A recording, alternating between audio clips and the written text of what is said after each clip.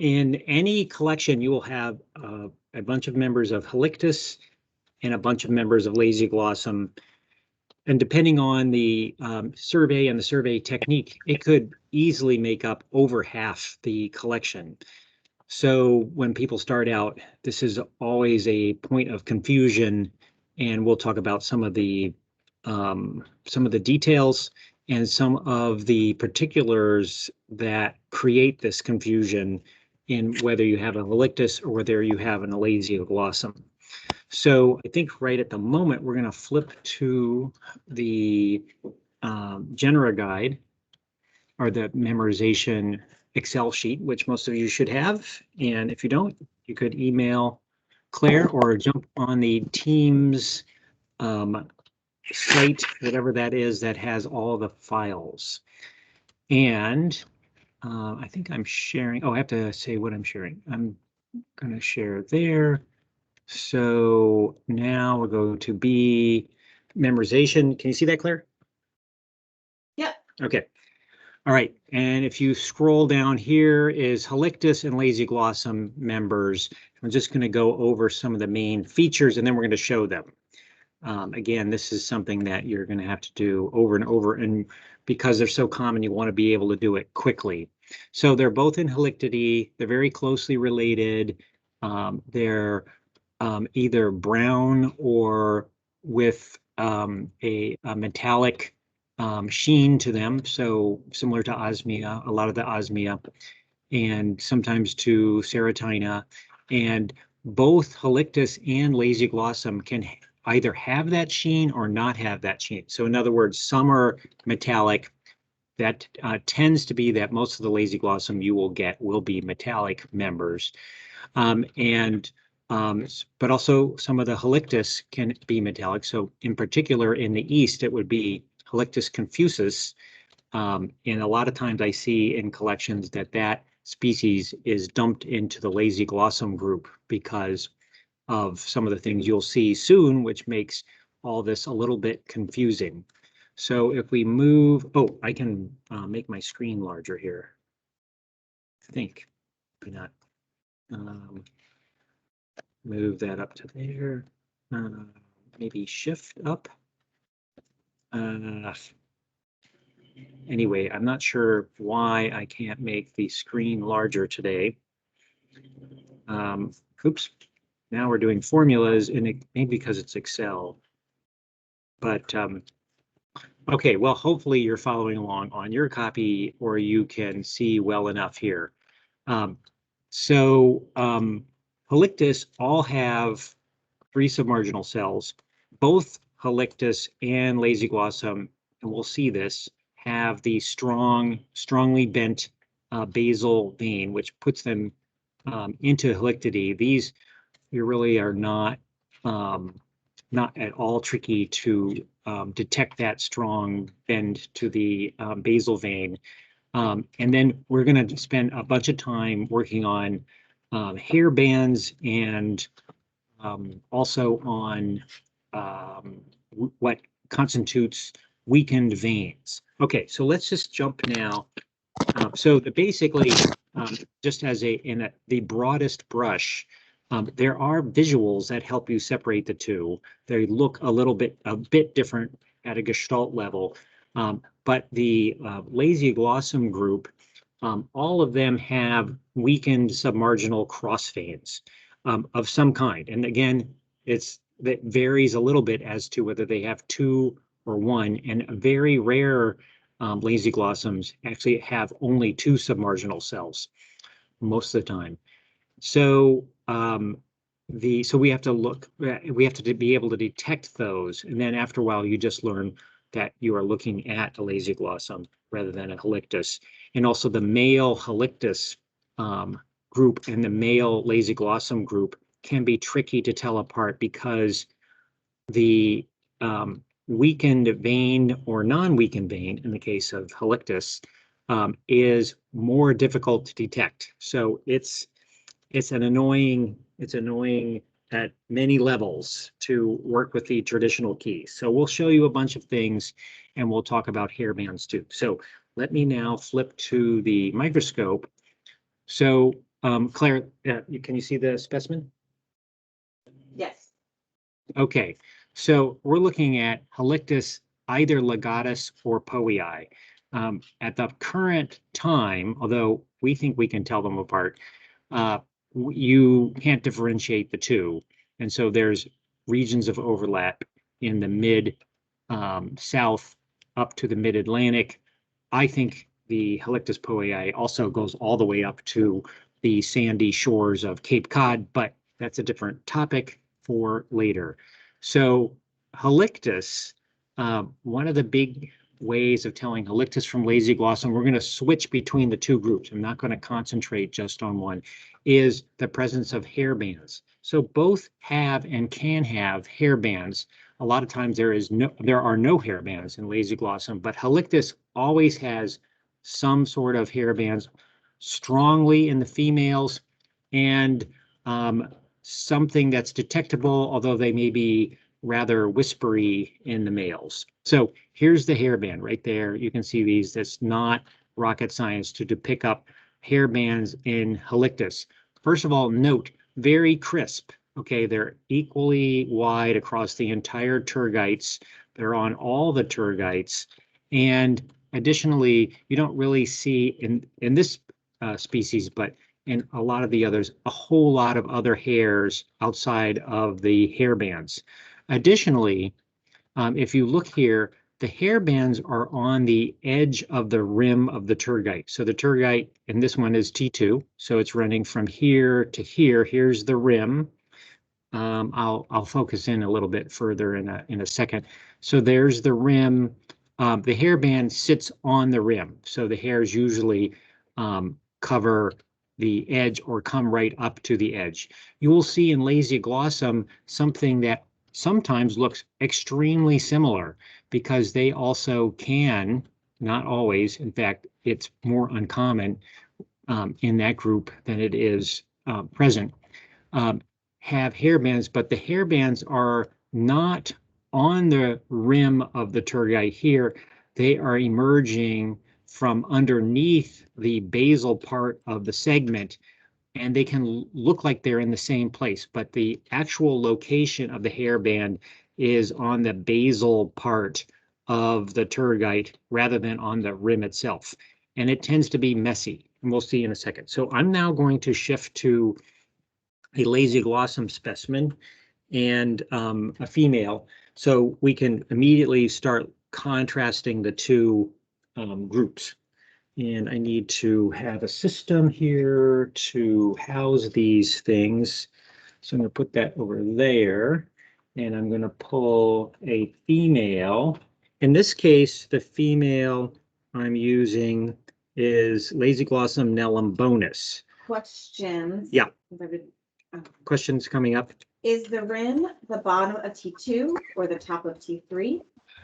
The rim would be the bottom of T2. So the edge of T2, depending on how you orient things, the outer edge, the dorsal edge. I think there's a couple other names that are used in the literature. We tend to call it the rim. And the bottom or distal part of T2. So I think you just addressed that. Okay, keep going. So bottom yeah, this is a problem in general with bee work and taxonomy in general. There's a lot of terminology out there, and it's thrown around in lots of different ways. I should have magnified the last one. Here, I purposefully have used a dark, relatively large Lasioglossum. So there's a lot of overlap in size between the two species. Some Halictus species, like Halictus parallelis in the east, can be larger than a honeybee. You don't really get anything larger or even the same size of a honeybee within Lasioglossum, at least of the species I know. So here we are. This is the abdomen of Lasioglossum nelumbonis, and you can see that there is something that you might call a hairband. First note, it's not that trim. You know, here it is basically patches. Many, many, many times, this is all you get in a Lasioglossum. You get some patchy tomentose or prone lying small white hairs. So these are often, but not completely, present in the species. There are in Archies and also in Jason Gibbs, who did the revision of the Lasioglossum, and you should try and pick up that revision. A couple different groups that he's revised, including the dark ones, that those are couplet or cutoffs. So some basically have no tomentum at all. But if there are hair bands present, then what you're looking at is a good example of what amounts to a strong hairband. Let's zoom in a little bit more. And what you can see, I hope, is this is T1 right here. Here is the actual rim of T1. The hairband that is present, so the hairs, the tomentose hairs, the prone hairs, the tomentum, however you want to describe it, that is forming a hairband is actually on T2, not at all on T1.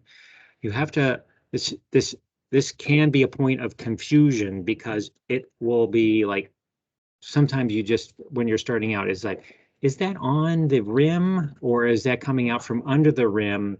Because sometimes these rims are a little bit translucent and difficult to detect the actual rimminess. So here you can, I think, see, I'm going to go as far as I can go, that these hairs, so you can see the sharp profile of the rim, right? So this is it right through here.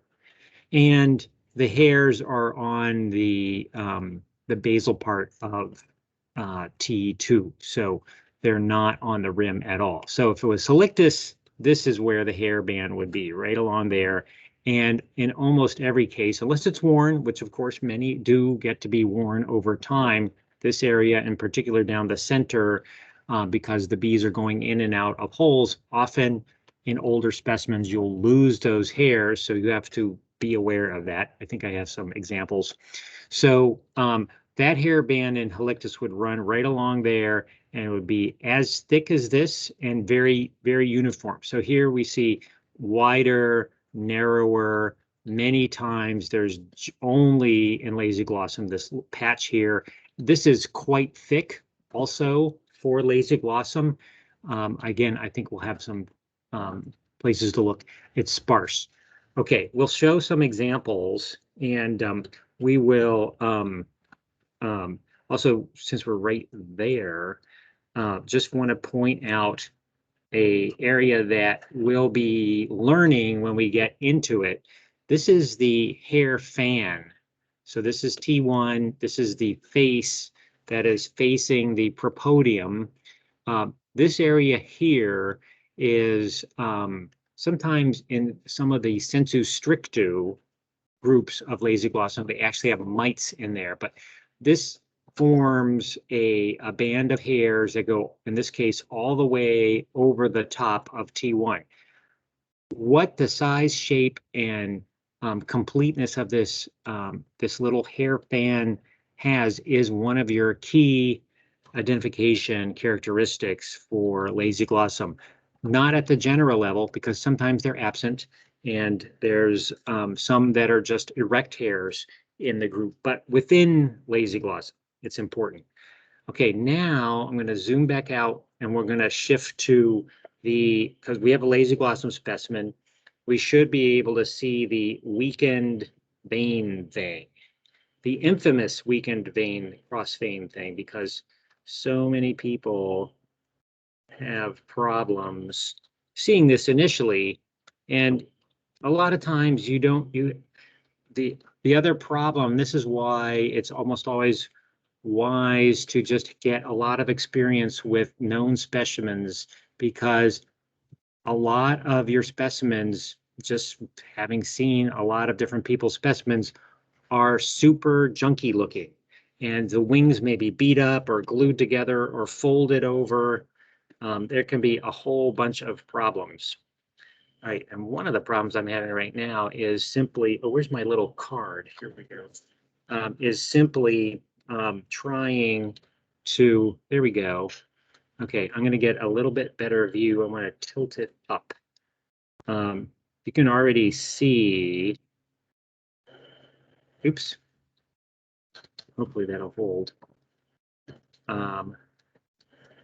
Just with that one shot, you can see that this is not a obvious character. Okay, we're gonna get close there. Okay, so marginal cell, submarginal cells 1, 2, and 3, the weakened veins in Lasioglossum depend on the subgroup. Most, these would be the small ones, small Lasioglossum species would be this one and this one. And in the sensu strictu group, you would have only this one weakened and the others too strong. What do I mean by weakened? Okay, we're going to get into that, but first I'm going to zoom up even more. And I'm going to try and move this a little bit that way. Okay, so you can already look at this, go like, I don't quite see that. So what you're looking at is a strong vein is basically the type of vein that occurs in most bee species, and I'm changing the focus so you can see this in this area around the marginal cell and the submarginal cells. And a weakened vein is present, but the vein structure, architecture, I wish I could get you a higher magnification here. This architecture here is thinner, let's call it. One way to think about this is that a strong vein has what would appear under good lighting conditions. And in, let's see if I can bring this a little bit closer to, it has an appearance of two lines. Okay, so you might not see this greatly here, but you should be able to see it in your scopes eventually. So if we focus in a little more closely, I'm going to try and really bring in this light here. I don't know if it's helping much or not, but if you use your imagination, you can see that this strong vein, not the weakened one, has what appears to be two lines forming it. Here, this vein, so this vein is always strong, this vein is always strong, this vein is always strong. This is at a weird angle, so we're going to ignore that. This has another vein behind it, but you can also see that there appears to be two lines going down. When you get to the weakened vein, oh look, I can actually use the magnification of the software. So look at this. Oh, very nice, I think. So you can see that there's these two lines forming the strong veins, two lines, and then these weakened veins also in general are skinnier, but they also just have what amounts to one line going down. Craig says there should be another lens in the box I left with you that will double the magnification. Okay. So we can work on that later. All right, we will do that later. Thank you, Craig. And this is Craig's microscope. So we are super happy at so many levels that he allows us to use this. But anyway, so we may come back to this on next time we visit, because this is a key component. Here we go. Just using the focus and the internal magnification, and we're going to look at a couple more. So strong veins, and now we'll move to the weak veins and the weak veins. So you can see the weak vein, not very well defined, but still a vein. All right, wonderful. Let's jump back to a Halictus specimen, and I'm going to get Halictus confusus specimen. Actually, I'm going to make sure I keep my tags together here. So which veins are strong and which are weak in Lasioglossum? So the two weak veins, or one, if it's sensu strictu, are located are the outer two cross veins. I'll show you more examples and I'll point that out more explicitly. Is it the vertical walls of the submarginal cell? The vertical walls? Yeah. I think that would a lot of people would call them vertical. I would call them cross veins. So it's running from the marginal cell to another vein, which I don't know its name of below that, which we kind of ignore most of the time. So let me now pull out a Halictus. So if that comes up again in these next pictures, holler, and we'll talk about that too. Okay, I'm taking down the magnification. I'm going to show you first the abdomen again of a different species. And this is the one that's confused a lot by people because it's metallic as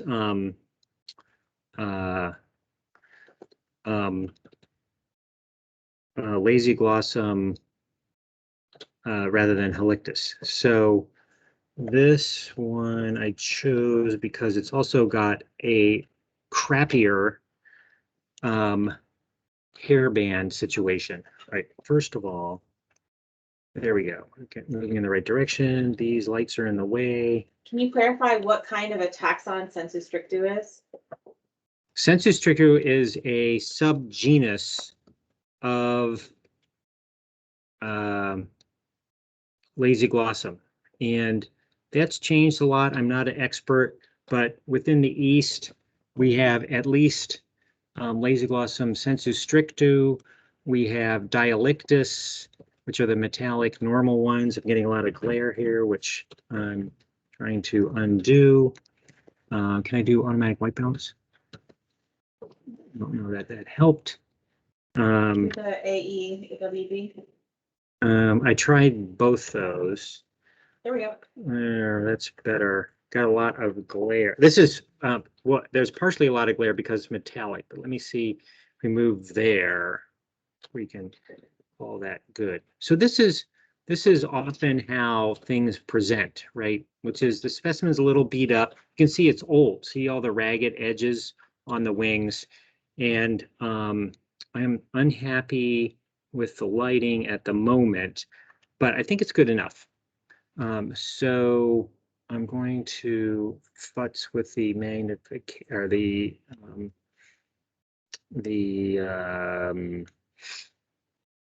I'm doing two things at once, the focus. Okay, so here are the tergites. This is glare, sadly, and you can see a slight metallic green. If we move this up, you'll see that the back, this is more clear here, that the back of that, oh, we can do the thing with the glass. You can see that there is a greenish metallic nature. That's almost exactly what the Halictus group, which are the bulk of Lasioglossums, look like too. So initially you might look at that, go, oh, I have a Lasioglossum based on patterns, but the reality is you actually have, in this case, a Halictus, and you can tell in two ways.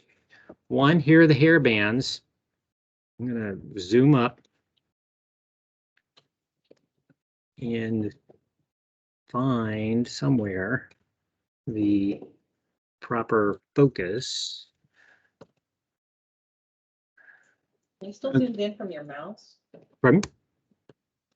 Never mind. Okay, so here, Halictus confusus can be generally hairier, so we did not see all this hair here in the Halictus legatus hoei thing we were looking at. Here is this nice crisp white hairband. Here is a white hairband, but it's rubbed off on T1. Let's slide this a little bit further down. I guess this is probably T4. So the hairband's present there. This is maybe goopy, but you could even say there's a hairband there. But upon inspection, you'll see that that hairband again is on the rim of the tergites. So we're moving back up. Here's T1. I'm going to focus, try and focus down on the side. So a lot of, again, older specimen, a lot of this hair here, you don't see hair in general either, is rubbed right off. But there is the residual hairband on the rim of the specimen. If we go to T2, we have that same situation, hairband in the middle, largely gone, hairs up here also gone from rubbing in and out of the nest, probably because it's a female. And then these lower ones now have the hairband. We back off, the hairband become situation, or the visual often is easier to see here, except for some focus issues and lighting. Let's see if I can play with the lighting here again.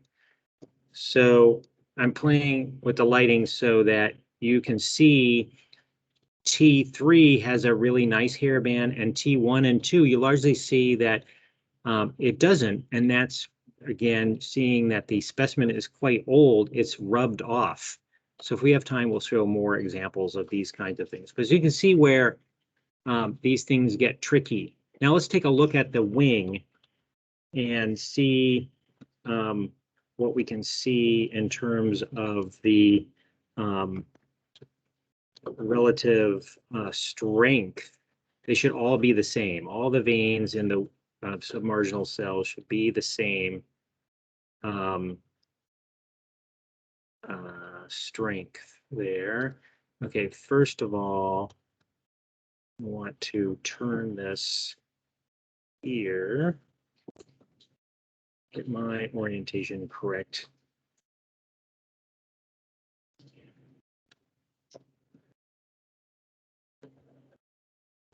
Got to get the wing flat. All right, the problem here, maybe it's just old enough that I will not have a good visual presentation of the, wow, that is way too much, of the specimen. Okay, that might be good. Let's see if we can zoom in more. Pull this back. And focus.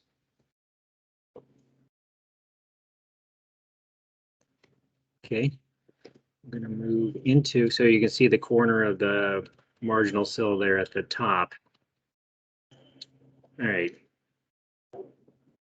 Not the greatest view because there's dirt there. So I'm going to get a different specimen.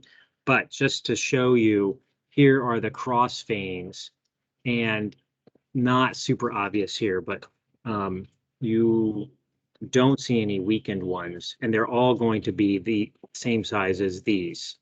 Let me see if I can find a better specimen that has a better wing rather than this old one. While Sam is getting a new specimen, anybody who has a question can unmute and we can try to address them.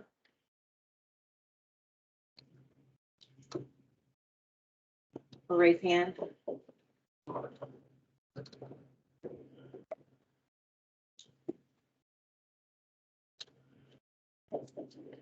Okay, zoom. Is the weak vein criteria good for males as for females? I will show you some male Lasioglossums, and you can decide how good it is, but it's less so. So they have it, but oh my gosh, so sometimes you really struggle with the notion of whether it's present or not. Where the heck can I find the B in this thing? Here's the side. And just in Oh, there case it is. anyone's not reading the chat, Erica put in a good point.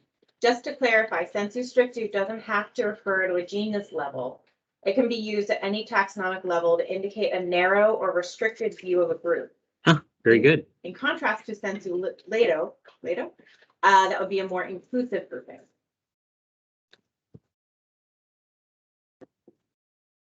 Okay, this is a better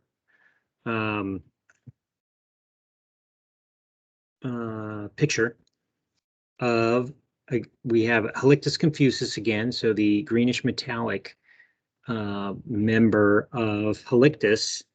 I want to say that the subgenus is Celadonia, and I think that's more common in Europe than it is here. A lot of ours are basically the brown model.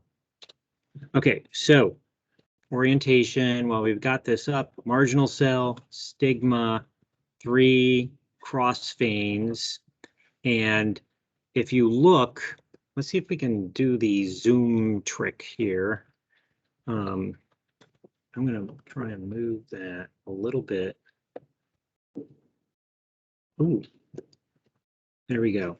So we're using the microscope camera's abilities here, which is a little grainy, but hopefully what you can see is that so these two veins here would be in play for being weakened if they were in Lasioglossum. This vein, this cross vein never is. However, to qualify this in the what I call the sensu strictu group, this is in that group, which are the big black Lasioglossum species. Those only have the outer cross vein weakened. So, right, but we're not looking at Lasioglossum. So to be clear, we're looking at Halictus, Halictus confusus, whose body type, the metallic green, makes it look like a Lasioglossum, but is nicely demonstrating that all three of these veins, and also when compared to the veins above and below, are all the same thickness. And this little trick of seeing these two lines sort of shows up here. You can see like two lines. I don't know what they are, but it looks like two lines. It may be just the profile of the vein under the microscope. And so that is another example of a of Halictus and all veins, which is the normal for most species. So really only Lasioglossum is going to have this weakened vein state. And I'm going to now shift this to some males. And so it's a little, well, actually, you know what? I think I'm going to show another Lasioglossum weakened vein thing just to have a couple, because that's always a problem. So let me make sure I put my specimen back in the right place. And I'm going to get out a Lasioglossum oceanicum, formerly nymphaeum, and show a weakened vein with that bad girl. So zoom it down. This one is relatively metallic, so it's the Halictus group. It is so I think I'm there we go. It is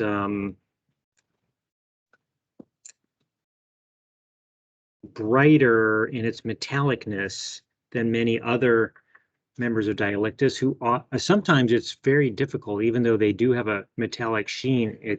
They're so generally dark. Okay, I'm going to play around with the lighting here. They're so generally dark that it's difficult to tell if they're metallic or not. In general, you can, and this is a bright blue, again, relatively bright blue. Oh, do we have a fold? Darn it. Right where we want it to look. So I think this happens in wings, particularly after they've been processed from being in the water. You can see the wing is not naturally like that, but it's in this case folded. Let's see what the other wing looks like. Bring it down, bring it over. Let's do a quick look at it. All right. It looked so good before I picked them out this morning. Okay, let's see what we got when we focus in here. Okay, I think we can see we have possibilities here. We're going to have to play with the lighting, obviously. So let me bring it to the middle. Let me crank up the magnification and bring this in here. Crank up the magnification some more.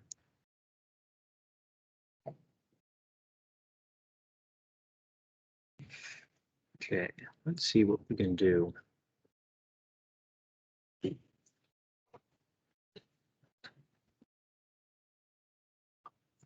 Oh, is that a hole? Oh my gosh.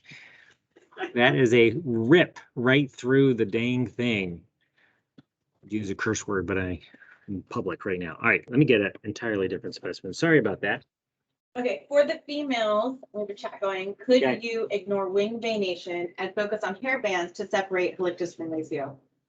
Yes, if you had good specimens and that were fresh, and you could feel confident that you have a situation, you can see where weakened veins sometimes are problematic just because of they're on a vein on a wing that's often messed up. If you're holding things by, see, that's folded again. How about this one?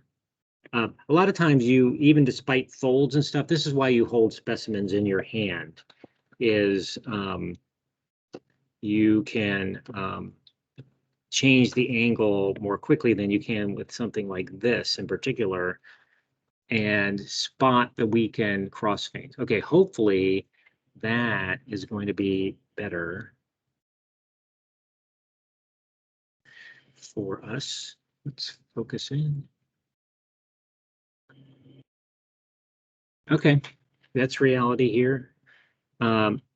So I'm going to change the angle here so it's at right angles.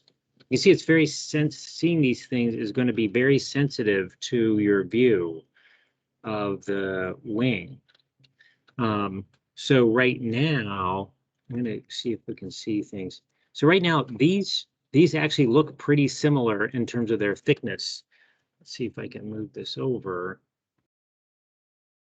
and showing some of the problems. So this is a Halictus group, and it should have, oops, the situation should be that both this one and this one are weakened. This seems to be a little bit deformed there as a cross vein. You can see two stronger veins here, but these look reasonably strong right now.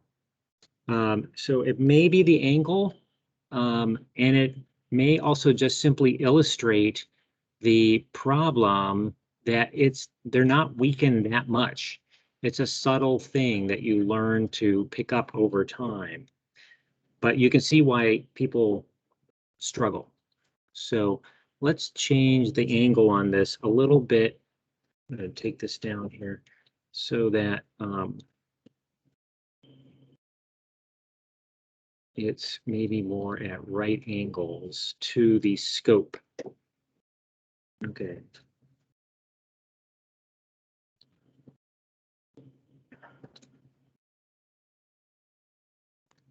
Bring this over. And let's see if this has done anything for us.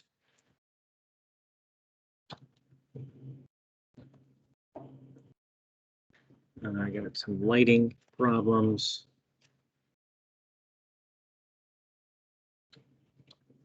And I'm going to try and play with here. And just some general graininess at this magnification.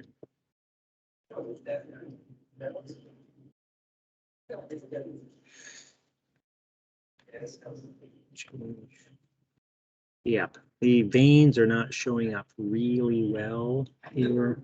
Again, you have 1, 2 cross veins that are weakened and 1 strong one. This is just not optimal for seeing that on screen. So let's take it back down. Now take a look at it, see if that makes a difference. Got a lot of glare going on. Let's try something like this.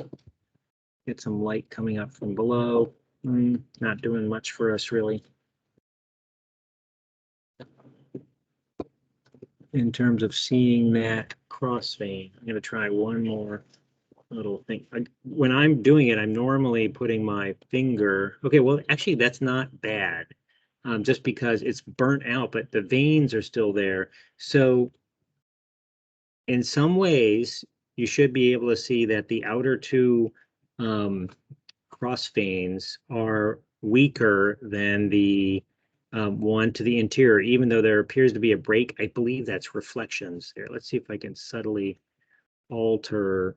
Up, there we go, a little bit. You can see that the stronger vein. If you also, instead of looking at the first cross vein, if you just compare the outer two weakened veins to the edge of the submarginal cell, which in this particular view very nicely illustrates the fact that the vein has the appearance of being formed by two lines, and the weakened cross veins, which are now at the bottom of the screen, hesitating to do too many things at once here, but there's one, the interior one, this is one that's always there in Lasioglossum, appears to be single lines. These strong veins, as we might say, which would be what these would look like in Halictus, and I think we saw in the last one, are composed of these what appear to be double lines. And I'm going to bury that a little bit, but I think that's a reasonably good view of the weakened subveins or cross veins, which are distinctive. I know of no other group besides Lasioglossum that has those weakened veins. So let me put that specimen back. We need to do this class again. We may need to. And let's look at some males. So here is, we're going back to, now we're going to a male Nelumbonis. Hopefully we'll have some pictures of these features with a different light setup. Yeah, I think I'm gonna go back and make take more pictures. Yep. I want to make sure that we have time to talk about this. So I'm going to kind of put it in your brain now.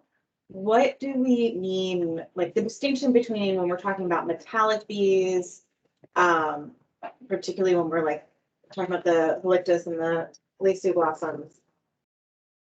Do we mean shiny, sparkly, iridescent? Right. That real subtle distinction.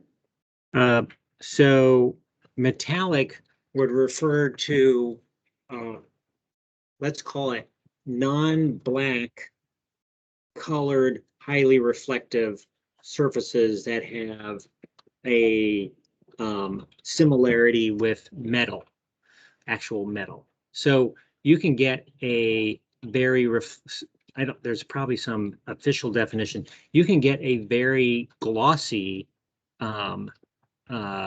black surface, and many bees have this, but that's never referred to as metallic. So when you move into metallic colors, you are basically working in the red, blue, green, copper, brass spectrum, but the same situation. So they're colored and they're very reflective. The term used then would be metallic, but if you wanted to, you could also use the term for the same circumstance for a black, or really white doesn't work that way, but black does, but it's not, because it's black, not a color. And so the metallic, I think, has no official definition in regards to taxonomy, but traditionally would be only things that are colored that from a, well, and I would exclude red, I guess, too. Yeah, so I'm excluding red now, and it would be copper, brass, blue, green things. That's not very satisfying, is it? Okay, so. Last conversation in the chat. All right, good. Yes, please carry on. So now we're looking at a male. So this is the male Nelumbonis, a wetlands bee that we are attempting to get in focus here. So it's the same deal. So this is a Lasioglossum, right? So it's going to have weakened veins. The problem with males is that, well, this is the general feature of males, that they have many features that would be similar to females, but not as strong. So you can see what I would call shadows of females in male bees. I often have to deal with this in the equally tricky Nomada group getting to species level, where it's like, oh, I can see the CT pattern of the females, but it's much less obvious. So let's look at this. This is not too bad of a shot. So what we have here, marginal cell, stigma, 3 cross veins, the innermost and the 2 outer. If it was sensu strictu group, the big Lasioglossum, dark, not metallic Lasioglossums, that would be the only one weakened. If it's the Halictus group, it's this one and this one. This is, well, everything but, so this is an Evelius group, not to get into that, but. That might be good to show the sputum of the blackness. Pardon? That might be a good one to show the sputum and the blackness of it. Yeah, okay, that's a good point. And yeah, this is a black bee, but it's a Lasioglossum, not a Halictus. And Halictus tends to not be black. They are almost always brown. All right, so let's see if we can play with lighting here a little bit in some way to make this better. Strong, weak, weak. I think it shows up not terribly badly here. I'm going to blow out with 2 light because sometimes that has helped. So this vein, ooh, is just pixels. So let's take it off of that level of magnification. So, but the main point is it's present, but gosh, sometimes you really have to look, and a lot of times you just have to put it down until you find a nice male of that specimen that has, you know, where the wing is super clearly laid out to investigate. In a very general way, when working with bee identifications, if you struggle with key important characters, like the wing is messed up or something, just put it down.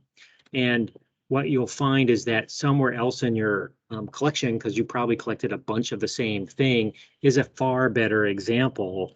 And then at the end, you can come back and say, oh, clearly that's a member of the group I identified later. So the idea is, like, after 5 minutes, if you haven't figured out what it is, put it down. And if it's clearly messed up in some significant way, also put it down, come back to it at the very end, and maybe you can have a debt on it. And there's no shame in saying it's either this species or that species, or it's a member of the genus, but I can't tell the species. Any of those subordinate categories are fine, and you don't want, you really should not be guessing as to what your specimens are. Okay, that's a male. In Halictus, which I'm not going to show at the moment, and when we get to doing Halictus identification, you will see a lot of other features that are important. Oh, I do want to show a very good male Halictus feature that's really not in most of the guides, that will often give you an alert, because there's a certain pattern to the hind tibia that Halictus has that Lasioglossum doesn't have. That is a really good, like, oh, I think I've got a Halictus here, particularly when you're looking at Confucius and things. So you can see from this picture that this is a very dark, it's black. There's no color, it's not metallic. In other words, not blue, green, or copper, and at all. So this would be, I believe Jason has placed this in the Evelius group. I get confused sometimes by the subgenera designations myself. So I'm putting this specimen back, and I'm going to get a Halictus Melambonus there, male, which I pulled out, so you can get a look. Do you mean another class? Oh, never mind. That's for me. Just kidding. Okay, never mind. All right, so here is the Halictus confusus, the eastern metallic genus or species in Halictidae. And here is the feature. Again, we're going to have to play with the lighting here to get this to not be so glaring. For some reason, it looks particularly worse than other days. I'm not sure why. So I'm going to point it out, and then we'll try and get better angles on it. So here's the hind leg, femur, tibia, basitarsus, tarsal segments. This area right here in Halictus is almost always, pretty much always, is some combination of an outer color, usually I think darker rather than in this case lighter, and an inner color forming an oblong on the tibia. Let me see if I can change the angle here and show that a little bit better. The beetles.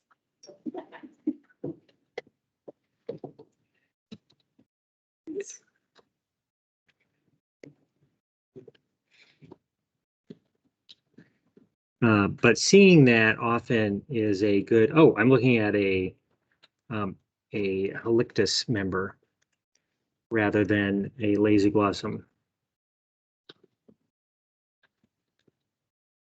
So not awesome, but you can see this surrounded by light in this case, but sometimes it's the opposite. But I believe it's usually yellow on the outside and then a darker reddish to brownish color on the inside. Lasioglossum, I never see that on there. If they do have light, which some of them do on the males on their legs, it's at the ends, the distal and the basal ends, and then the middle is black, or there might be one stripe. You don't have this spot. Let me see if I have another specimen of that. We have 5 minutes. 5 minutes, okay, we'll do that, and then we can take any questions. And let's see if I have a good combo there. Look at this myself first so I get it right. I don't like that specimen. And how about that one? Oh, there we go. This is a good one. Let's see if I can quickly get that into the scope.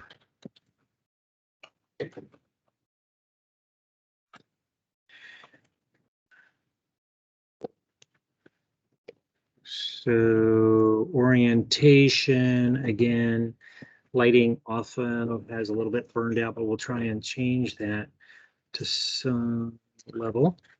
And so the femur is hidden by the mid leg, but the femur's back there, tibia and basitarsus, tarsal segments. So in this tibia, what we want to look at is this dark central area and then the surrounding light part. And I'm trying to not get have the light burn things out here so much. So there we go. So I think you can see this oblong, dark oblong surrounded by yellow, I think in all cases. That's a really good signature of Halictus males. And so that's something to keep in mind when you're just rocking through your specimens, that if you see something like that, it's probably, particularly if it's the greenish one out west, there's a couple other metallic greenish species that you're looking at, almost certainly looking at a Halictus, not a Lasioglossum, and you might spend some time on the wings. So in this, I'm going to try and zoom in on the wing, but we're running out of time. Are there any questions, Claire? We are chatting about maybe doing a subgenus distinction class that might help with some of these characteristics that we're talking about. Mm-hmm. Also, before we sign off, can we look at the pointy cheek on? Okay, let me get that out. So what's being discussed is the Halictus powei. Let's see, this is a confuses, so that goes in that box. Powei and legatus species have a really distinct characteristic that's always present, and it's always a little bit tricky to show because it's often hidden by the fact that the head is tucked under. So I don't like that specimen. Also in Halictus legatus / powei, the head is what I would call remarkably wide, even in the sort of worker, if you want to call it that, subclass, which are smaller and out in the summer, rather than the big female that comes out usually in the spring. So I'm trying to line this up there. So if we just look at the head, am I seeing the same thing that you guys are seeing? Back that off, go to there. So in Halictus legatus and powei, you have really a wide head compared to pretty much any other Lasioglossum. Well, maybe not the males, but some of the sensu strictu Lasioglossum males have really weird and wide heads. But within Halictus species, that is unusual, and often you can just pick them right out of your box. Now, the definitive characteristic is the cheek ligature, maybe is the proper name for it. I call it tooth. It's a tooth-like thing. You can think of it, I like to think of it as like if their cheek was made of clay and you pinched it and pulled it out, that's what we're looking for here. It's a projecting out thingy bob. Oh, I gotta get in the right. I think the highest taxonomic jargon in this class. Great. Let's see, and it's underneath often, so you have to usually turn the specimen over in order to see this feature. And there is where it is, and you can kind of see it. We'll try and focus in. So that is the projecting, pulled out, semi-flattened little piece. Sometimes it's huge, and sometimes it's rather modest and small. You almost always have to do like you do here, which is pull it over. If you see that, you know it is either Halictus legatus or powei. But currently, there is no guidance. And if you talk to Lawrence Pecker, he'll say you cannot tell them apart, the two species, if you're in the overlap zone, which is also not very well defined. That's it right there. I'll change the angle here in a second. Profile. Yeah, let's see if I can do that. It's 2 o'clock now, so we're clearly running over. If anybody has to go, send me emails with questions, but we're gonna keep hanging out for a minute. That's it right there. Difficult to see because it's under the head and it's not one of the huge specimens. Let's see, is that do that there? But you can see the area you're going to be looking at, and you can vaguely see that this is raised here. This is a super common species where and throughout its range, so you'll run into these undoubtedly. So, are there any questions? Do we have time for questions? Yes. Zuta,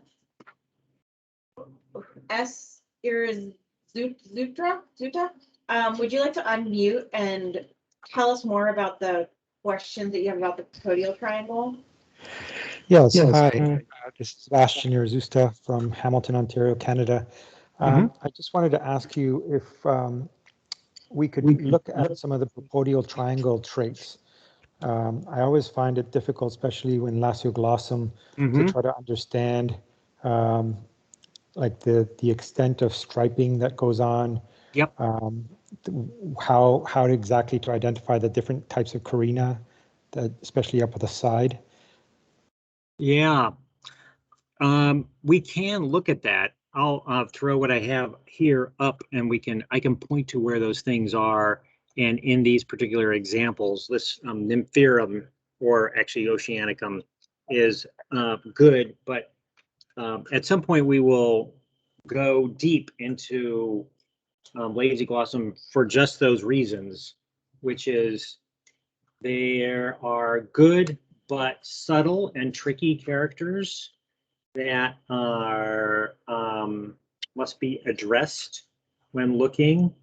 But right now I'm going to pull a nice, let's see if this one is good, nymphaeum specimen, and I'll point out some of the architecture, and then we'll have to wait for another time to get into whether this one has a certain set of features and which we'll use to exemplify what we're looking at. And then the other states of those characters, like, for example, this one has a very full propodial triangle. Oops. All right, again, we have a lot of burnout on this lighting right now. So the propodial triangle is the dorsal part of the propodium, and in Lasioglossum, it often has some key characteristics associated with it, and a lot of them. Okay, so I'll show you here. Stop for a second. So a lot of them, they're small bees, right? So they'll be subtle because of that. Let me just see if I can fade some of this lighting in different ways. Oops, that blocks it out. But close to there somehow.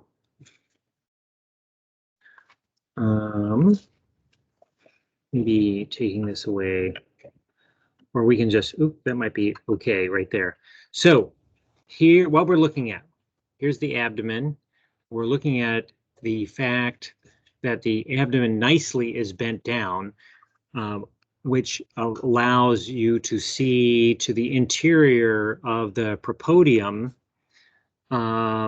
which is the last segment on the thorax. So the propodium is here. We're looking at what would be called the rear face, because normally this would be facing this face of T1. And if the abdomen were cocked up and in plane with the whole specimen, you would not see any of this. It'd be hidden. So you actually want your specimens to droop in a lot of places, lots of reasons.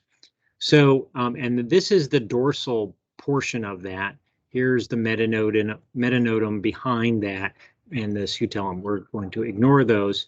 So we'll change the perspective on this a bit. But this is the propodial triangle. Because of the angle, it doesn't look particularly triangular, but I do want to illustrate some of these things having to do with the lateral carina. So Oceanicum is an example of a extremely sculptured species in this area.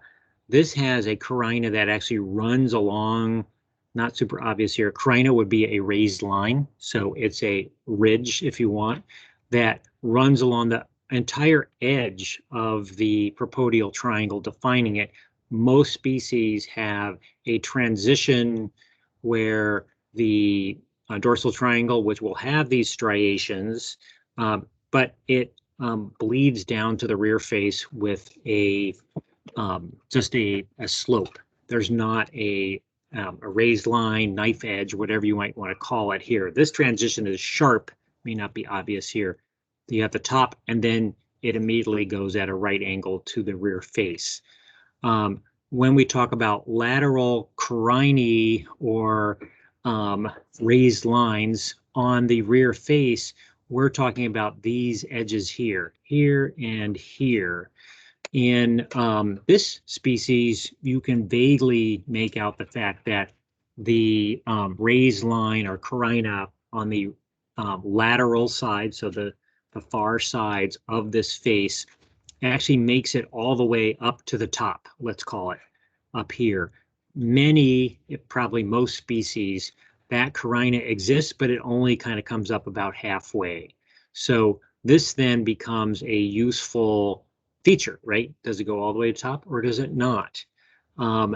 We get into another subtlety, which I'm actually not sure, because this species has all kinds of other characteristics that I would use, whether this exists here, but vaguely we can talk. So this is the lateral carina going up, and then there can be, I think most people, I think Jason Gibbs calls it this, the oblique carina that goes like this. Okay, if it exists, like I'm not sure it's actually existing in this case. And so what you'll see from on top, because this plane is not exactly at right angles to this, is you'll see this carina here forming a V or a U, often looking like a horseshoe in some species. And that can be a really distinctive feature. For example, Lasioglossum illinoense has these horseshoes, and it's otherwise a very non-distinct bee, except for the fact that its front coxa have a subtly projecting piece on it. But since nobody looks normally at the front coxa, it's not that useful because it wouldn't be part of how you would approach looking at a Lasioglossum. You would be spending, when looking at Lasioglossum, I and others, I think too, thorax, propodium, abdomen, what's going on there in terms of patterns. Here, just because we have it here on this specimen, you can see here's that band of tomentose hairs, the white band, and it angles out. That's very common.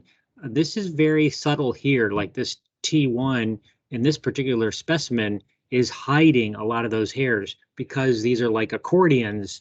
Depending on how the abdomen sits, some of this hair may actually be underneath the previous tergite and not visible. So often these lateral triangles, we would call them, are the visible part of a banding or banding system. So going back here. The horseshoe shape hard to see. Right. So Also, I'm not, oh, it's hard to see. I can't see it here. I'm just saying if there was one, that's where it would be. And it may have one, and we may not be seeing it right now. I'm going to change the perspective. And then also as a conversation, we talked about it in the chat, but what is a way of describing the difference between a carina and a keel? So first of all, I never have used the term keel and don't recall it being used. I would say, thinking of keels as a nautical thing that's projecting out quite a bit, that it's probably a more, I'm just guessing though, a probably more sticky outy carina, you know, like a keel on a boat, on a sailboat perhaps. So but I'm guessing because I have not run into that character myself, but I think they would refer to something similar. Sometimes, if I'm interpreting keel correctly, people might start calling it lamellate or a lamellae, which is a thin, flat plane that projects out. So, for example, if you recall, when we were looking at Anthidiellum has this whole area was pushed down, like in that megachile group. They don't really have dorsal, most of the time, have these dorsal triangle areas that are that obvious. It tends to just fall into the plane of the rear face, but the scutellum in them forms a thin plate that projects out like that and is very thin. And so they might call that different things, but lamellate, so people correct me. Erica, correct me in the thing on whether that's a proper term, but that would be the ideal. So getting back to this Lasioglossum, so when we look at this, what we're seeing here is the dorsal face. So dorsal meaning the upper part of the propodium, metanotum there. This is the dorsal face. In most species, it's triangular. Here we actually do see that this does have a V-shaped structure that is formed by the oblique carina there, which is now also so extensive that it actually runs along the entire edge of the propodium in this species, which is rare. Like, this is one of the few species that has anything close to this. It's an extreme example. These striations are complete, meaning that there are raised stripes that are running from the base. So if it has not complete ones, they always start at the base, but never perhaps reach the edge of the triangle. These are complete. So they're running from there, ending there. So complete striations. Here's the oblique carina. Here's the lateral one running up to there. So forming a V-shaped thing. Although again, in this particular species, I never use that because this shape of this the back side of the propodium is really unique and obvious. So that's a little bit of the lay of the land here as T1, echinarial fan complete. You can see these hairs running like that. Again, there are a lot of subtleties, and we'll be back when we start talking about species and species groups for Lasioglossums, but darn it, we haven't even got through most of the genera yet. Okay, well, we've run over sufficiently, so I think we're gonna call it. Sam and I will talk about how to maybe come back and loop around to some of this stuff again. I think I'm gonna make a little guide or take some pictures of the venation for you all that can be a little more clear. I noticed on Discover Life there's illustrations, but not actual, not good photographs. So send me emails if there's anything else that you need to see from today's class, and tell your friends about this room. Also, I know a lot of people have left, but Claire is starting to add features and pictures to the guides themselves. So you could request, like, I want a picture of blah, blah, blah for any of the characters in the guides. And exactly. Claire will put it on her list. What I'm doing. Okay. Go team. All right. Thanks.